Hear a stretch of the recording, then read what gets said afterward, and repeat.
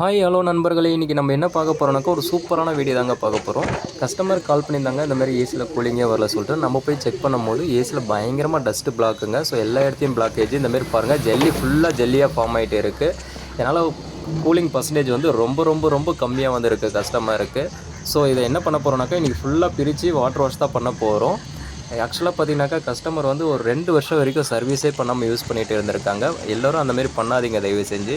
ஏன்னா நீங்கள் சர்வீஸ் பண்ணாமல் யூஸ் பண்ணிங்கனாக்கா ஒன்று வந்து மிஷினோட லைஃப் குறையும். இன்னொன்று வந்து பார்த்தீங்கன்னாக்கா அதுலேருந்து வர ஏர் பாக்டீரியா வர ஏரை தான் நம்ம சுவாசிக்கிறோம்.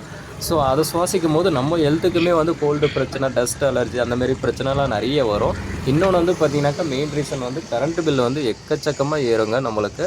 ஸோ முடிஞ்ச வரைக்கும் நீங்கள் ஒரு 6 மந்த் ஒன்ஸ் ஆச்சு சர்வீஸ் பண்ணிவிட்டு யூஸ் பண்ணுங்கள். ஏர் கண்டிஷனர் சம்மந்தப்பட்ட அனைத்து வீடியோக்களையும் நீங்கள் பார்ப்பதற்கு நம்ம சேனலை வந்து சப்ஸ்கிரைப் பண்ணுங்கள், லைக் பண்ணுங்கள், ஷேர் பண்ணுங்கள். உங்களோட ஆதரவு வந்து கண்டிப்பாக எங்களுக்கு தேவை. வாங்க வீடியோவை முழுசாக பாருங்கள். கடைசியில் அவுட்புட்டு எந்த அளவுக்கு இருக்குதுன்னு பார்க்கலாம்.